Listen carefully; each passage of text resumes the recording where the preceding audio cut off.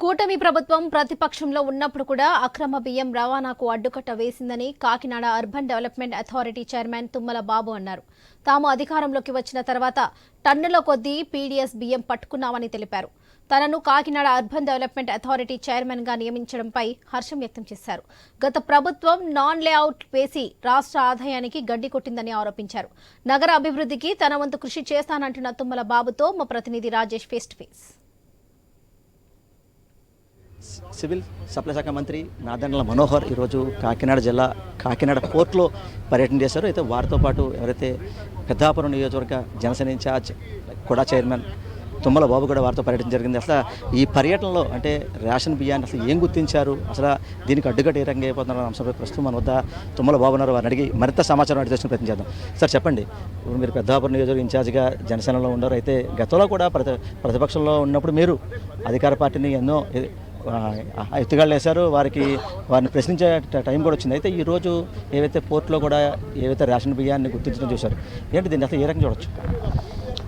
పవన్ కళ్యాణ్ గారు అధికారంలో లేనప్పటి నుండి కూడా వైసీపీ ప్రభుత్వం అధికారంలో ఉన్నప్పుడు కాకినాడ పోర్టులో చాలా ఉంది. పేద ప్రజలు తినేటువంటి బియ్యాన్ని తక్కువ ధర కొనుగోలు చేసి విదేశాలకు అమ్ముతూ ఉన్నారు.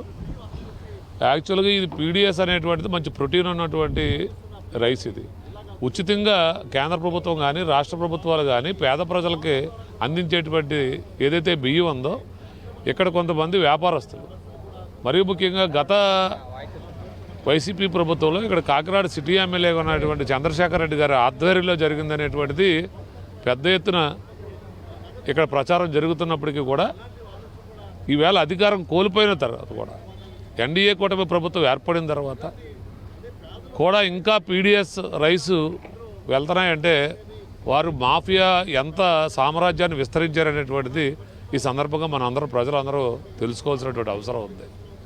మరీ ముఖ్యంగా నాదెండ్ల మనోహర్ గారు రాష్ట్ర పౌర సరఫరా శాఖ మంత్రులుగా నియమించబడిన తర్వాత 2-3 పర్యాయాలు కాకినాడ వచ్చి గోదాములు చెక్ చేసి పీడీఎస్ రైస్ని పట్టుకుని అప్పచెప్పినప్పటికీ కూడా మళ్ళీ ఏదో 6A కేసులను పెట్టించుకుని ఇంకా పాత ఆఫీసర్లు పాత అధికారులు ఇంకా కాకినాడలో ఉన్న సందర్భంలో ఇంకా మాఫియా రన్ అవుతుందనేటువంటి ఆలోచన ఉంది. ఈరోజు ఎట్టి పరిస్థితుల్లో కూడా నిన్న కలెక్టర్ గారు కూడా సుమారు 640 మెట్రిక్ టన్నులటువంటి ఏదైతే పీడీఎస్ కోటా రైస్ కపిలటువంటి పీడీఎస్ రైసు ఈరోజు పట్టుకోవడం జరిగింది. కలెక్టర్ గారు 52,000 మెట్రిక్ టన్నుల ఈ రైసు బిల్లులు లేకుండా ఇక్కడ పోర్ట్లో నిల్వ ఉంచినటువంటి సంగతి కూడా మన అందరూ తెలుసుకోవాల్సినటువంటి అవసరం ఉంది. ఈరోజు పవన్ కళ్యాణ్ గారు సాక్షాత్తు ఏదైతే గతంలో అధికారం లేనప్పుడు పవన్ కళ్యాణ్ గారు ఈ రాష్ట్ర ప్రజలకు మాట ఇచ్చారో కాకినాడ పోర్టులో చాలా మాఫియా రన్ అవుతుందని ఏ విధంగా చెప్పారో ఈరోజు స్వయంగా ఒక పక్కన పౌర సరఫరా శాఖ మంత్రి వచ్చినప్పటికీ కలెక్టర్ గారు అనేక చర్యలు తీసుకున్నప్పటికీ సివిల్ సప్లై చైర్మన్గా సొంతంగా తనిఖీలు చేసినప్పటికీ కూడా ఈ మాఫియా ఆగట్లేదు అని స్వయంగా ఆయనే ఈరోజు కాకినాడ పోర్టుకు రావడం జరిగింది. కాకినాడ పోర్టుకు వచ్చి పొద్దుటే ఏదైతే బార్జెస్ ద్వారా రవాణా జరుగుతున్నటువంటి ఈ పీడీఎస్ రైస్ను గుర్తించడం జరిగింది. మరీ ముఖ్యంగా అనేక కిలోమీటర్ల ప్రయాణం చేసి సముద్రంలో ఈరోజు సైక్లోన్ ఉన్నప్పటికీ కూడా ఒక పక్కన పెద్ద అలలు వీస్తున్నప్పటికీ కూడా ఆయన సాహసించి ఈ రాష్ట్ర ప్రభుత్వం ఖజానాన్ని కూలగొడుతున్నటువంటి దుర్మార్గులను పట్టుకోవాలనేటువంటి ఆలోచనతో మరి ఒక వెజల్లో టగ్గులో అక్కడ షిప్ దగ్గరికి వెళ్తే మరి అది పక్కన ఒక బార్జ్ ఆగి ఉంది. ఎట్టి పరిస్థితుల్లో మరి ఆ పైలట్ మరి ప్రాబ్లమా లేకపోతే ఈ పోర్టు అధికారి గారి యొక్క ప్రాబ్లమా, ఏ విధంగా ఎవరి సూచనల మేరకు ఇంకా ఇక్కడ అధికారులు పనిచేస్తూ ఉన్నారో తెలియట్లేదు. కానీ మరి మేము కూడా దాన్ని ఇగ్నోర్ చేయలేం.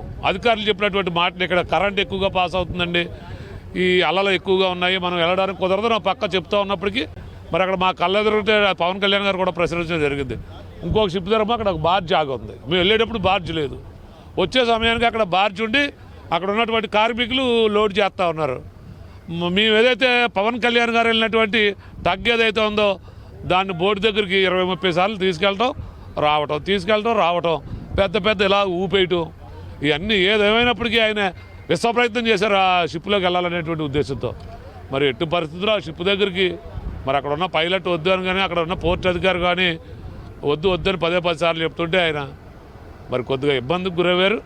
ఇబ్బందికి గురవి ఖచ్చితంగా వెనక్కి రావడం జరిగింది. ప్రధానంగా చూడొచ్చు, ఇప్పుడు కాకినాడ జనసేన, కాకినాడ జిల్లాకు సంబంధించి జనసేన అధ్యక్షుడిగా మీరు ఉన్నారు, పెద్దాపురం నియోజకవర్గ ఇన్ఛార్జిగా ఉన్నారు. అయితే పార్టీని నమ్ముకున్న మిమ్మల్ని ఉమ్ము కాకుండా కూడా చైర్మన్గా మీకు బాధ్యతలు అప్పగించారు. దానికి మీరు ఏ రకంగా స్వీకరిస్తున్నారు? కుడా చైర్మన్ అంటే కాకినాడ డెవలప్మెంట్ అథారిటీ చైర్మన్గా చేయడం, అలాగే నన్ను పార్టీ గుర్తించి జిల్లా జనసేన పార్టీ అధ్యక్షుడు ఇవ్వటం, పెద్దాపురం నియోజకవర్గ ఇన్ఛార్జిగా నేను ఉండటం, గతంలో 2019లో పోటీ చేయటం, ఏదేమైనా నేను మొట్టమొదటి నుంచి కూడా పవన్ కళ్యాణ్ గారి ఆశయాలు నచ్చి, ఆయన యొక్క సిద్ధాంతాలు నచ్చి, ఆయన అడుగుజాడల్లో ఒక జన సైనికుడిగా నా యొక్క ప్రయాణాన్ని ప్రారంభించడం జరిగింది. మరి పార్టీకి చేసిన సేవలు ఇవన్నీ తర్వాత పక్కన పెడితే కుడా చైర్మన్గా గతంలో కొన్ని ప్రభుత్వానికి రావాల్సినటువంటి నిధులు సరిగా కూడా సమకూర్చుకోలేకపోవటం, ఎందుకంటే అక్కడక్కడ అనాధికారులు ఏ ఓట్లు వేసుకోవటం. సార్ మనం చూడొచ్చు, అంటే ప్రభుత్వం అంటే ఏవైతే అధికార ప్రభుత్వంగా వైసీపీ ఉన్నప్పుడు మీరు ప్రతిపక్ష హోదాలో ఉన్నారు. అయితే ఆ సమయంలో వారు ప్రభుత్వం రావాల్సిన నిధులు పక్కదో పడించి 4 ఓట్ల రూపం కానీ లేకపోతే ఏవైతే గ్రావెల్ పక్కదో పడించడం కానీ ఇవన్నీ చూసాం. అయితే ఇప్పుడు అధికారంలోకి కూటమి ప్రభుత్వం వచ్చింది, మీరు కూడా చైర్మన్గా ఉన్నారు. అంటే ప్రభుత్వానికి రావాల్సిన నిధులు ఏ రకంగా వచ్చేలా చూడబోతున్నారు? మీరు కూడా ఎవరైతే అధికారులు వారికి మీరు ఇచ్చే సూచన ఏంటి? ఇప్పుడు ఈ రాష్ట్రంలో, ఆంధ్రప్రదేశ్ రాష్ట్రంలో ఎన్డీఏ కూటమి ప్రభుత్వం ఏర్పడిన తర్వాత ఎక్కడ కొంతమంది రియల్టర్లు కూడా ఇబ్బంది పడకుండా 40 అడుగుల రోడ్లు కూడా 30 అడుగుల రోడ్లు చేయటం కానీ, రియల్టర్లు ఎక్కడ చాలా అనవసరంగా లేఅవుట్లు వేసుకోవటం, అధికారులకు కానీ లేకపోతే అక్కడ ఉన్నటువంటి రాజకీయ నాయకులకు కానీ లంచాలు ఇచ్చుకుని మళ్ళీ దాన్ని డీవియేషన్ ఉన్న ఫైల్స్ని మూవ్ చేయించుకోవటం, ఇవన్నీ కూడా తప్పుల తడగ్గా ఉంది. కూడా మరి నేను కొత్తగా ఇది చేశాను. ఫుల్ ఛార్జ్ 15వ తారీఖు నుంచి రేపు రాబోయే 15వ తారీఖు నాడు ప్రమాణ స్వీకారం చేస్తున్నాం. ఓ పక్కన జనసేన పార్టీ జిల్లా కార్యాలయం కూడా ప్రారంభించుకుంటా ఉన్నాం. ఏదేమైనా కుడాకి ఆదాయం వచ్చి గవర్నమెంట్ ప్రభుత్వ నిధులు ఎక్కడ వేస్ట్ అవ్వకుండా చూడాలనేటువంటిదే మా యొక్క ఆలోచన.